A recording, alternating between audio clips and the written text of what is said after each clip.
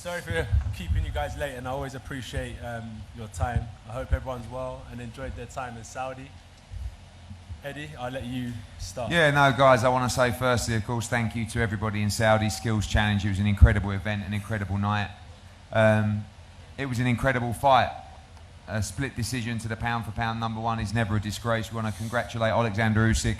What he did from the 10th round was quite incredible. From my point of view, I'm very proud of this man here who's continuously, since he turned pro and since probably the Dillian Whyte fight, has fought elite fight, big fight, stadium fight, big money fight, pressure fight, consecutively. And people sometimes don't understand the pressure that puts on someone. And I can tell you that when people talk about the hunger of a fighter, you only have to see the changing room of Anthony Joshua after tonight to realise how hungry he is in the sport. He's devastated by defeat because he wanted victory more than anything. We're all extremely proud of him for giving us a great fight tonight against one of the best that's ever laced up a pair of gloves. So, AJ, from my point of view and everybody's point of view, we're very proud of you for your performance tonight. Thank you. It is 3 a.m, so we're not going to be here for hours and hours, so we're going to open the floor to questions for Anthony Joshua. Anthony, 11 months ago, it felt like you didn't quite empty the tank. Tonight, you went out on your shield, you went out throwing. Do you feel like you've exercised some demons from 11 months ago? Is that how long it's been? 11 months? Yeah. It's a long time. Exercise some demons. I don't know how to answer that question, to be honest with you. How about exercise some demons tonight? You left it in the ring tonight? No, it's just I tried a different style. Well, previously in my career, through the sport of boxing, like what got me through in my early days when I was beating people that I shouldn't have been beating. For example, I was an amateur for 3 years. Only 3 years when I walked into the gym with my cousin Benga over there, who's now head of security. I was beating guys based off of sheer hunger and passion. So just in the last fight, I wanted to compete and improve myself as a boxer. And it wasn't good enough. Tonight wasn't good enough, but you can see I adapted, I made the changes needed to give him a more competitive fight. It wasn't enough, but I left everything in the gym. If I would have left everything in the ring, I would have won. But I definitely pushed myself in training camp to make sure the fight was more competitive tonight.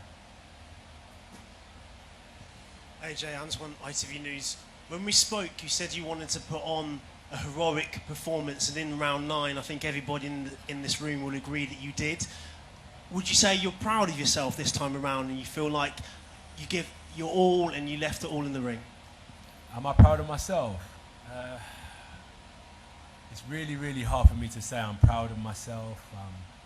I don't feel anything. I'm upset, really, like deep down in my heart. Oh, man. Oh.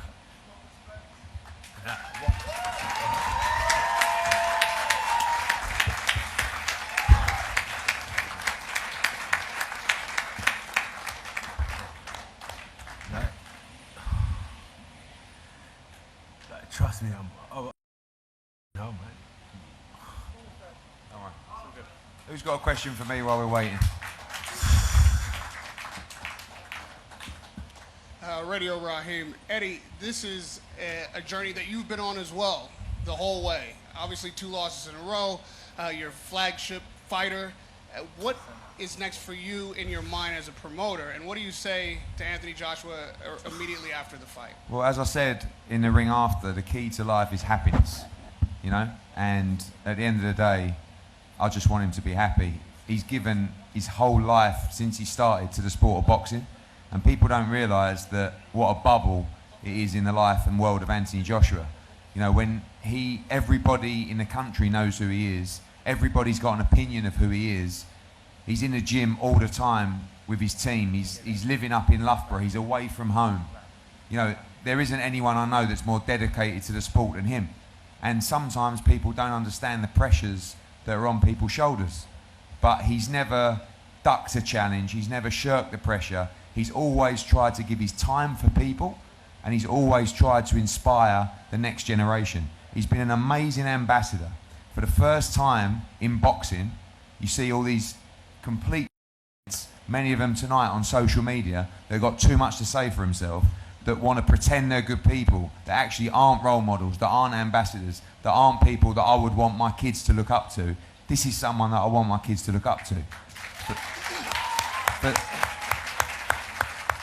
for the first time, and that responsibility is a huge burden, and he's always felt that responsibility. If he's out in public, he gives everybody his time, right? He's one of the nicest guys you can ever meet, and he's a competitor, he's a winner. And when you don't win, and you see, what you saw tonight was a raw emotion, a real person that was feeling the pressure, that wanted to win so badly. And people need to realise that you live in an online world where it's just opinions, stick, abuse, and he'll never tell you that the pressure, he sees that or he feels it. But it's impossible not to. So what I want to see is I want to see him happy, and I think what we want to see is we want to see him be active. Too many gaps between fights, too many stadium fights. You know, from the Dillian White fight at the O2, to Charles Martin at the O2, to Dominic Brazil at the O2, to Eric Molina at Manchester Arena, to Vladimir Klitschko at Wembley Stadium, to Carlos Takam at the Millennium Stadium, to Joseph Parker at the Millennium Stadium, to Alexander Povetkin at Wembley Stadium, to Andy Ruiz at Madison Square Garden, to Andy Ruiz in Riyadh, to Kubrat Pulev at the O2, to Alexander Usyk at Tottenham Hotspur, to Alexander Usyk.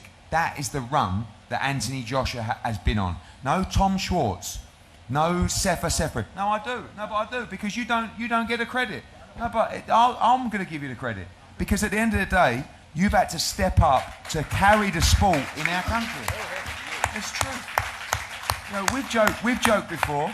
You said, "God, I have to have all these tough fights." You saw people have these easy fights. You never had them. You never wanted them, because you want to create a resume. Yeah, because you're a fighter. You're a winner. You wanted to fight the elite. You fought the pound for pound, back to back, right? At Tottenham, you lost. Tonight, you lost a split decision to the best fighter in the sport.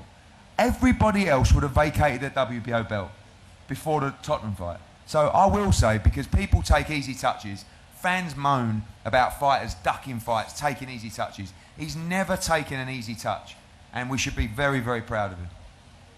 And Joshua, Yeah. after the fight, it looked like you were leaving the ring. Like maybe you weren't going to do the interview, and then you turned around and came back in the ring and were a sportsman and gave a tremendous ambassador-esque speech. Can you talk to me about what happened in your mind that made you turn around and come back in the ring, and what you were trying to say post-fight in that speech? I just feel like when you try and do things from your heart, not everyone's always going to understand, and it was just from the heart, right? I knew I was mad, like at myself, not anyone, just at myself.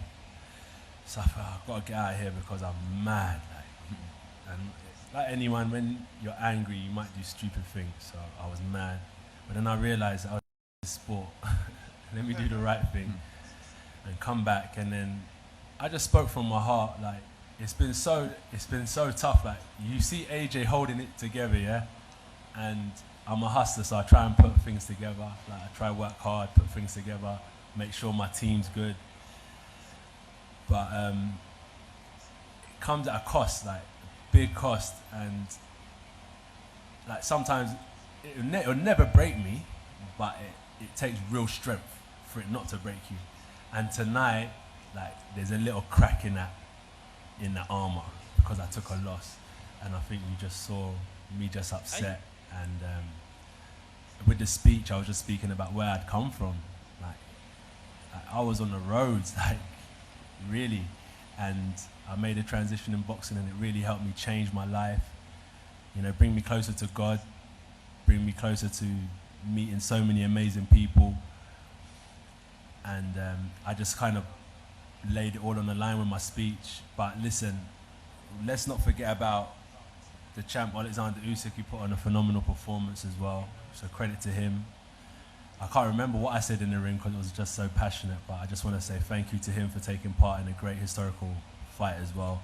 It takes two to tango, and I was just so upset.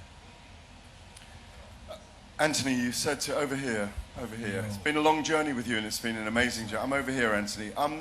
You said to Antoine at the press conference on Wednesday that the performance was as important to you in a way as the outcome.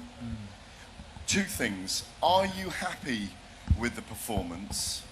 And do you, not necessarily the outcome, but are you happy with your performance this time? And do you not realise that at home, and this is all of us that have had messages from people at home, people were off their seats with respect, screaming you on to knock Alexander Usyk out from the 8th round onwards? Yeah, I'm not, look, when you lose, you're not ultimately happy. It's just upsetting.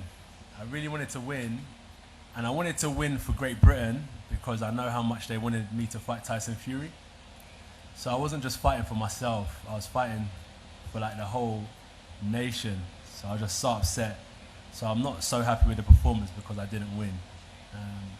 And I appreciate everyone who was watching at home. You know, fighting, yeah, like, I'm a fighter, I'm not a normal person. Like, even though I try and, as you said, hold it together, to be a fighter is like a real different mindset and lifestyle that you have to embody, especially to try and be a good fighter. So I just, I just in war mode. But I appreciate everyone that support and watched at home, and I really wanted to do it for them because I wanted to bring the belts back home, and I really wanted to, you know, challenge for the undisputed 2 of Britain's best. But we move on to the next. Do you, last time when you lost to Alexander... One question at a time, because I'm forgetting the second one. So well, it was just... No, I mean, like, you're asking me 2 questions at once. The respect thing. So, for Alexander Usyk? No, respect. Do you feel you earned it back tonight? That everyone should be giving you it? No, well, from who? Who am I trying to earn respect from? Your public. It's not my business what they think of me. I don't really, do you know what people should respect me for? When I meet them and how I greet them, shake hands, yes please, no thank you. That's why I say don't respect me just because of the fight and the belts. Because that isn't what makes a man or a woman. I think it's your character and like how you treat people. So that's how I want to earn the respect. And I've always tried to kind of keep my feet on the ground. I make mistakes. Sometimes I do things from the heart without thinking, but other than that, I hope people can respect me for the man I'm trying to become. And the final thing, obviously you're incredibly disappointed in this moment, but how is that hunger still burning inside you? I'm a fighter for life. That hunger never dies. Fighter for life. We wouldn't be here today. None of us would be in this room without Anthony Joshua. I promise you. I wouldn't be, our business wouldn't be, my life wouldn't be what it was without Anthony Joshua. No boxers would be earning the kind of money in the UK if it wasn't for Anthony Joshua. He has taken the sport in terms of popularity, in terms of attraction from broadcasters, sponsors, to another level. And you're right, he's far too humble to say it. You've seen a lot of fighters and a lot of people from the industry come out with those kind of comments this week, which is nice to see. And he would never shout that from the rooftop, and if I said that to him, he'd laugh. But that is the complete reality. We weren't in stadiums, you know, every other fight before Anthony Joshua come along. We weren't Brits going around the world, you know, in Madison Square Garden, in Riyadh, in Jeddah. I mean, it's been unbelievable. But the legacy should last well beyond, you know, and Gareth said the question, do you feel like the public respect you? You know, if the public don't respect him for what he's done, you might as well just give up. You can't keep people happy all the time. If you can be a good individual like he is, if you can set a good example, then that's all you can do. And honestly, the sport globally wouldn't be where it was without AJ, but the sport in Britain would not be where it is today. And the fighters are benefiting because of the growth that AJ has injected into the sport. And the question to you, AJ, to answer my question before, I'm sure everybody's proud of you, and there's lots of people at home who are proud of you as well. You spoke about being that boy from Watford who was on a completely different path, and you've inspired so many people. So if you were to give a word of advice to anyone who's looking to change their life right now, what would it be? To change their life right now? It's a hard question to answer. Well, I'd say, I don't know. Anyone that wants to change their life, I don't know. Do what you want, innit? It's your choice. You live your life how you think is best, and you'll like deal with the consequences of your decisions. But if you do manage to do well, always try and give back, because just don't take. Also give back where you can. I don't know what I tell someone. I'll probably tell them don't get into boxing. It's hard, very difficult, very, very difficult. But I don't know what I tell them. Just good luck with your life and just try and do well. And if you can do well, just make sure that you put your hand back to try and help bring people with you. Do you know what I mean? That's what I tell someone. If you bust out the hood, make sure you bring the man, them and your family with you. Do you know what I'm saying? That's it, really.